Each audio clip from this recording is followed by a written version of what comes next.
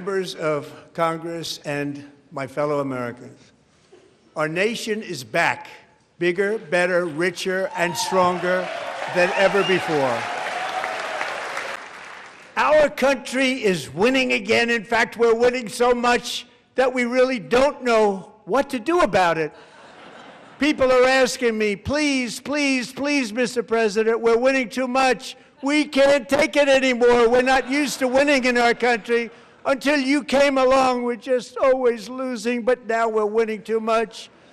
And I say, no, no, no, you're going to win again. You're going to win big. You're going to win bigger than ever. And to prove that point, here with us tonight is a group of winners who just made the entire nation proud. The men's gold medal Olympic hockey team. Come on in.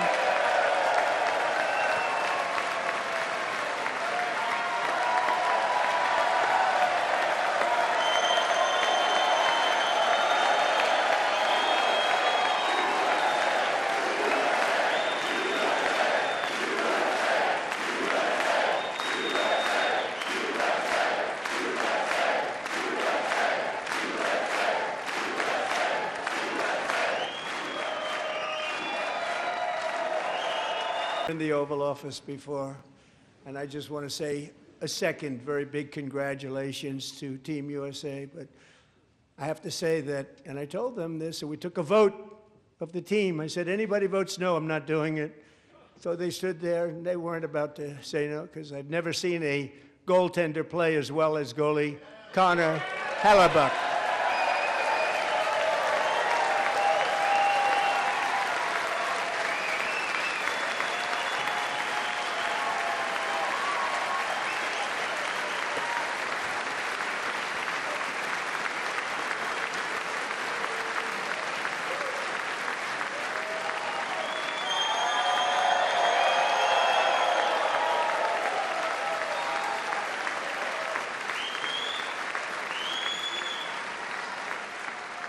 Think of it, 46 shots on goal, and I asked him, the one shot, the one where you put your stick in the back and it hit the neck of your stick and bounced off, do you practice that, or was that a little lucky?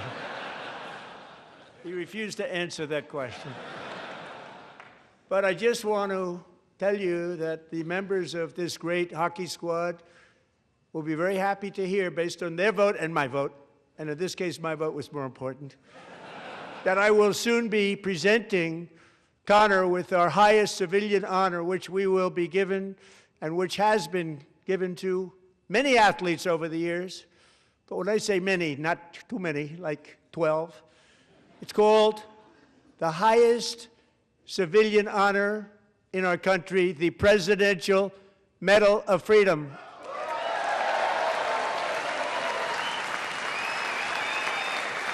And we will never go back to where we were just a very short time ago. We're not going back.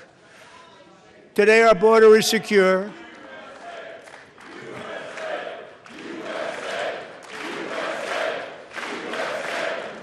After 4 years in which millions and millions of illegal aliens poured across our borders, totally unvetted and unchecked, we now have the strongest and most secure border in American history by far.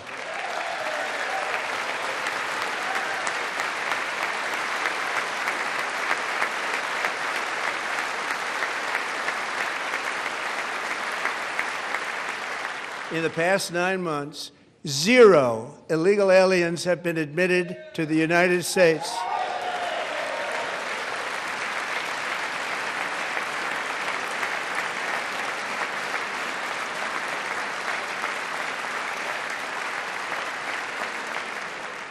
But we will always allow people to come in legally, people that will love our country and will work hard to maintain our country.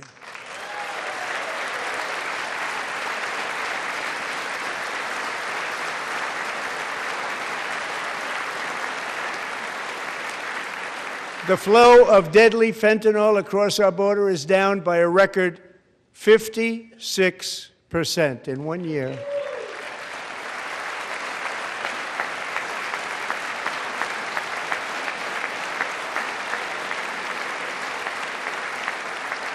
And last year, the murder rate saw its single largest decline in recorded history. This is the biggest decline, think of it, in recorded history, the lowest number in over 125 years, year 1900. In fact, substantially before my wonderful father, I had a wonderful father, Fred, before he was born, substantially before he was born. That's a long time ago. One of the great things about the State of the Union is how it gives Americans the chance to see clearly what their representatives really believe. So tonight I'm inviting every legislator to join with my administration in reaffirming a fundamental principle. If you agree with this statement, then stand up and show your support. The first duty of the American government is to protect American citizens, not illegal aliens.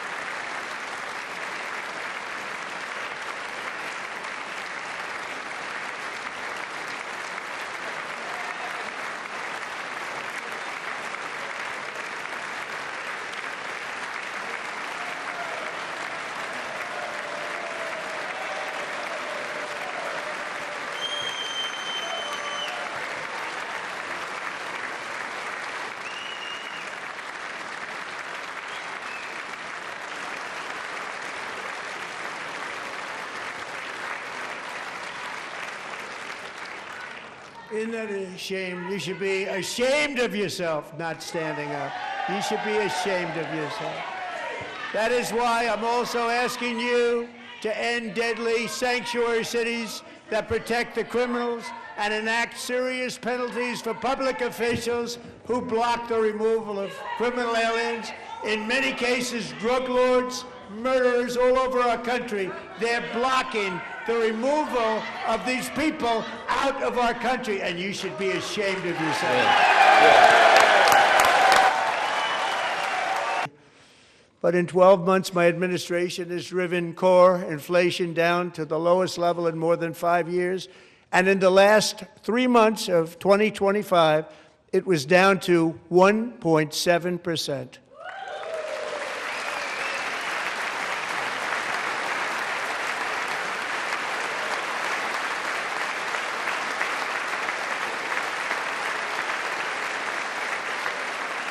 Gasoline, which reached a peak of over $6 a gallon in some states under my predecessor, it was quite honestly a disaster, is now below $2.30 a gallon in most states, and in some places $1.99 a gallon. And when I visited the great state of Iowa just a few weeks ago, I even saw $1.85 a gallon for gasoline.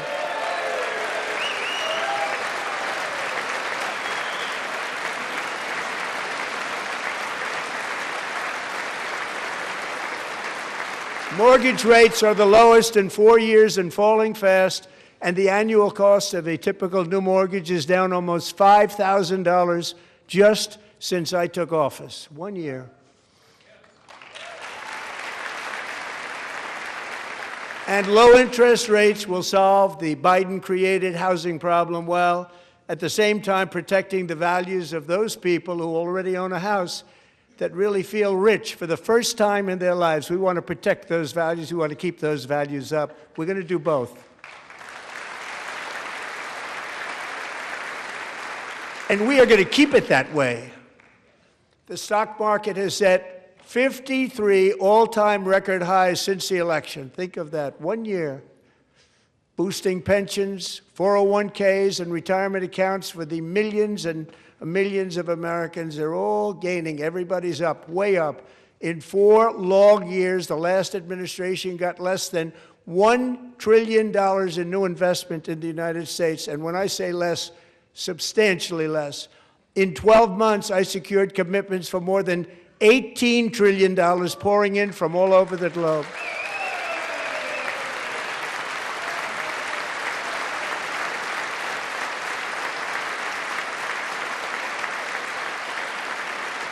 Think of it, much less than $1 trillion for 4 years versus much more than $18 trillion for 1 year. What a difference a president makes. A short time ago, we were a dead country. Now we are the hottest country anywhere in the world, the hottest. I'm very proud to say that during my time in office, both the first 4 years and in particular this last year, there has been a tremendous renewal in religion, faith, Christianity, and belief in God. Tremendous renewal.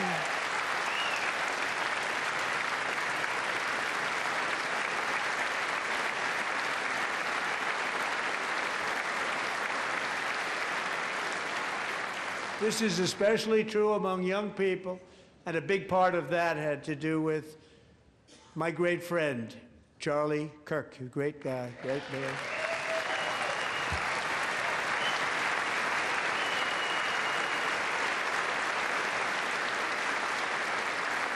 So last year, Charlie was violently murdered by an assassin and martyred, really martyred for his beliefs.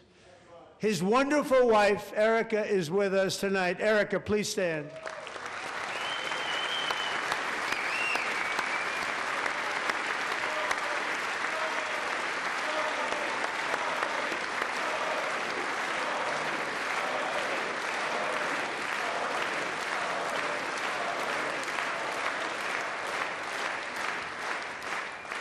Thank you, Erica. Been through a lot. In Charlie's memory, we must all come together to reaffirm that America is one nation under God, and we must totally reject political violence of any kind. And perhaps most importantly, I'm asking you to approve the Save America Act.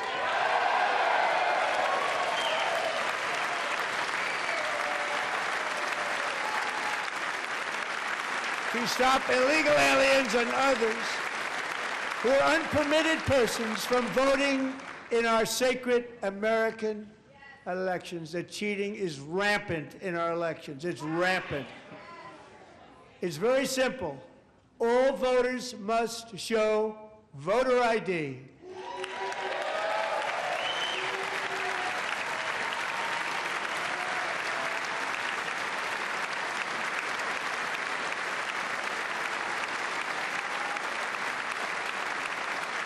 All voters must show proof of citizenship in order to vote.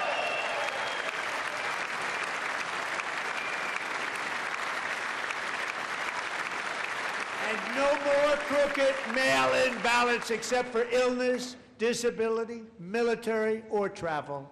None. And this should be an easy one. And by the way, it's polling at 89%, including Democrats, 89%.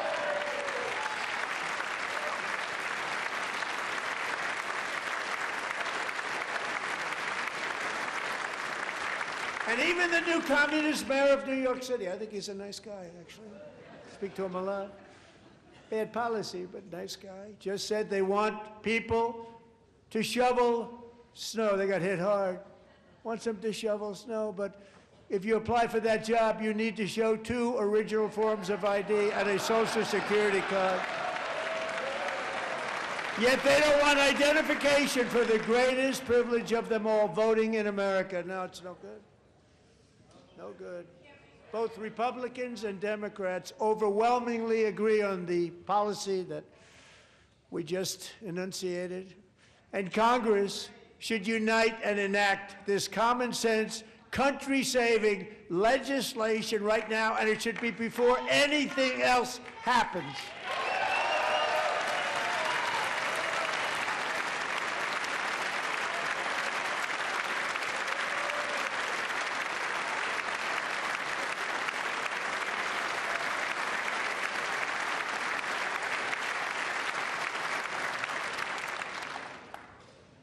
And the reason they don't want to do it, why would anybody not want voter ID? One reason, because they want to cheat. There's only one reason.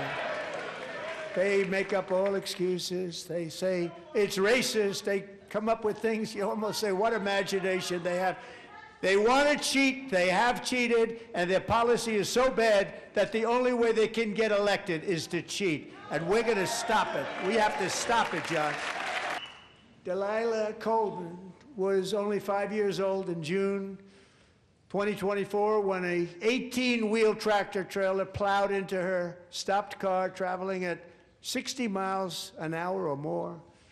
The driver was an illegal alien let in by Joe Biden and given a commercial driver's license by open borders politicians in California. Doctors said Delilah would never be able to walk or talk, have a good life. She wouldn't even be able to eat again. But against all odds, she is now in the first grade learning to walk. And she's here this evening with her dad, Marcus, a fantastic man. Delilah, please, you are a great inspiration. Please stand up.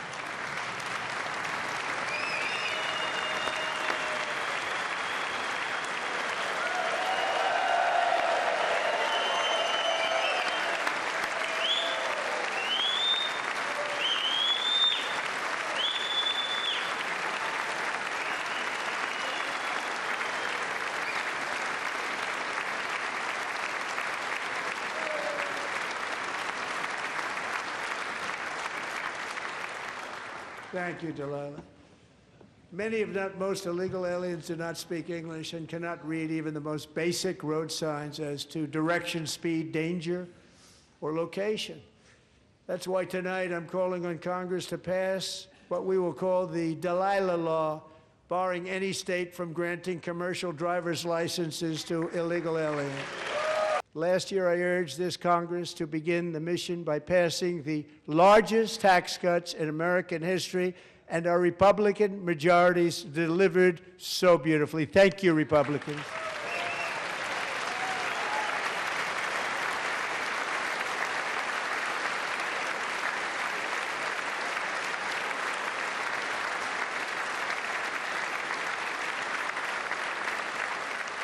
All Democrats, every single one of them, voted against these really important and very necessary massive tax cuts.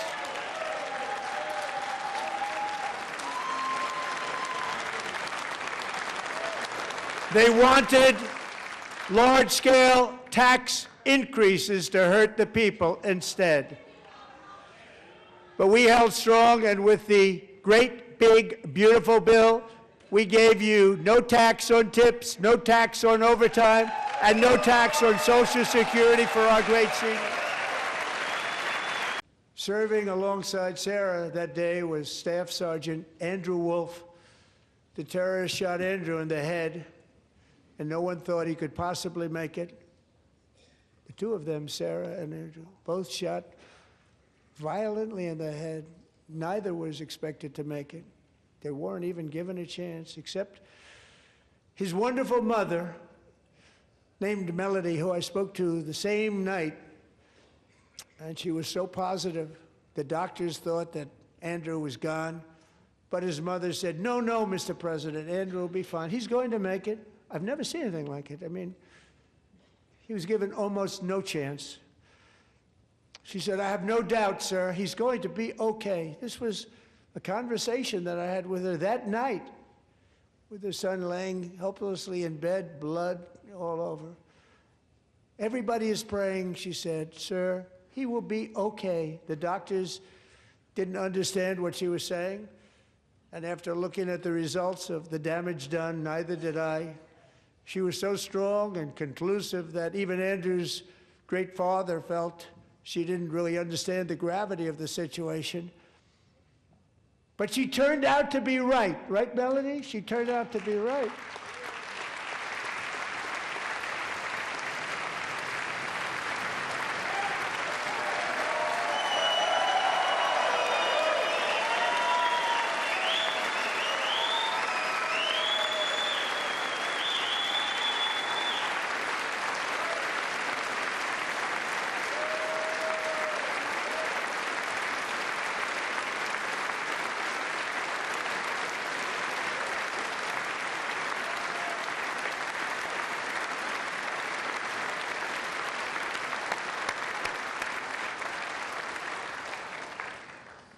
Amazing, actually.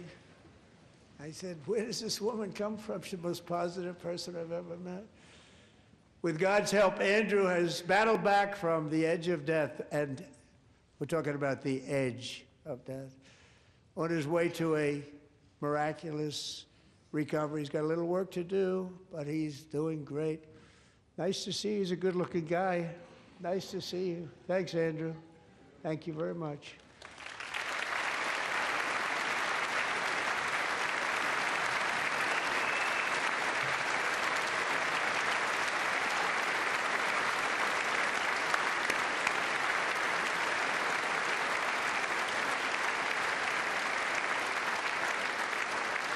So, Andrew, while you're up, now I'm going to ask a highly respected General James Seward to present Staff Sergeant Andrew Wolf and the great family of Sarah Beckstrom with the award created by our late, great President George Washington himself. It's called the Purple Heart.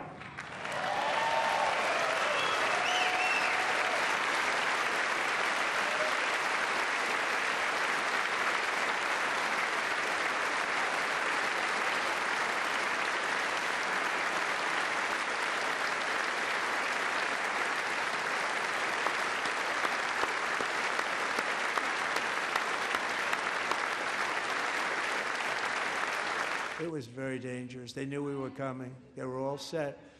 But the deeds of one warrior that night will live forever in the eternal chronicles of military valor. Chief Warrant Officer 5, Eric Slover, planned the mission and was the flight lead in the cockpit of the first helicopter, a big, beautiful, powerful helicopter. It was a massive Chinook carrying, as you can imagine, many, many American warfighters. Wearing the dog tags, his wife Amy had blessed with holy water before he left. She knew it was going to be a rough one. Eric steered the Chinook under the cover of night and descended swiftly upon Maduro's heavily protected military fortress. This was a major military installation, protected by thousands of soldiers and guarded by Russian and Chinese military technology. How did that work out? Not too good. While preparing to land, enemy machine guns fired from every angle, and Eric was hit very badly in the leg and hip, one bullet after another. He absorbed 4 agonizing shots, shredding his leg into numerous pieces. And yet, despite the fact that the use of his legs was vital to successful helicopter flight. Legs are the most important part of flying a helicopter. To deliver the many commandos who would capture and detain Maduro was the only thing Eric was thinking about.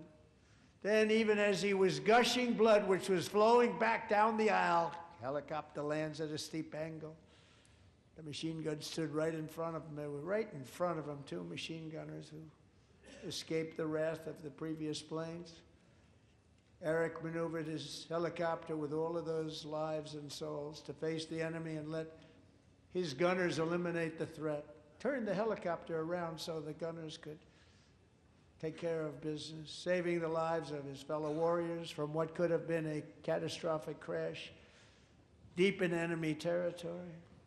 Only after safely landing the helicopter with all the warriors aboard in the exact right spot, which was vital to the mission, we probably would have had to maybe cancel the mission if that didn't happen.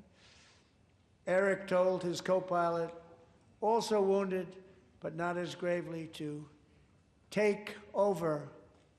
I'm about ready to pass out. The success of the entire mission and the lives of his fellow warriors hinge on Eric's ability to take searing pain. It was unbelievable what's happened to his legs, of the bullets, and keep on flying and landing, and people knew what was happening. Everybody in the back of the helicopter knew because they saw the blood pouring down the aisle. Chief Warrant Officer Sloan is still recovering from his serious wounds, but I'm thrilled to say that he is here tonight with his wife, Amy. Eric and Amy, come on in.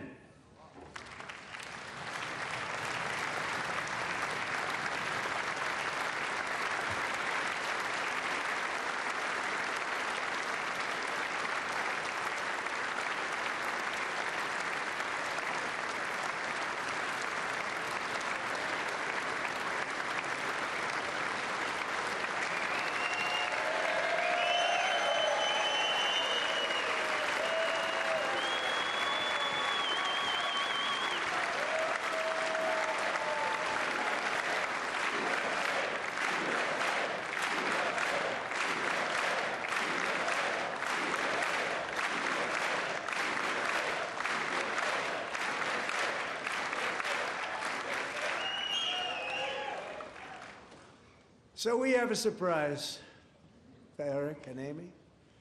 In recognition of Eric's actions above and beyond the call of duty, I would now like to ask General Jonathan Braga to present Chief Warrant Officer Sloan with our nation's highest military award, the Congressional Medal of Honor.